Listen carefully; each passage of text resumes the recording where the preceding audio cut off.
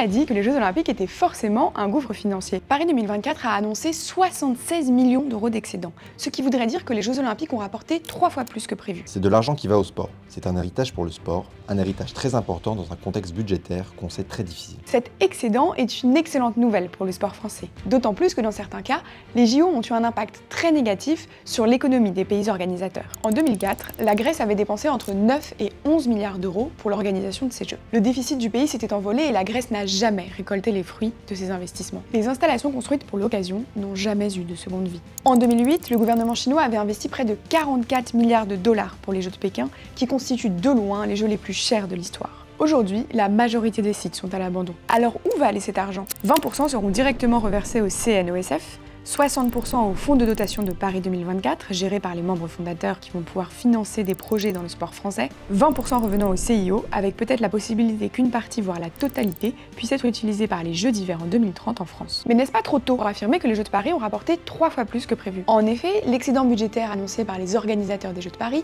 ne concerne qu'une partie du financement de l'événement, celui du COJOP, chargé de l'organisation en tant que telle. De l'autre côté se trouve la Solidéo, chargée des infrastructures, notamment de la construction du village et des différents sites. Une vraie analyse des gains, des coûts, des recettes et des dépenses ne pourrait avoir lieu qu'une fois tous les chiffres définitivement connus, dont ceux de la Solidéo et des coûts indirects liés à la sécurité, aux primes ou encore à la dépollution de la Seine. À l'automne 2025, la Cour des comptes rendra un rapport sur le sujet.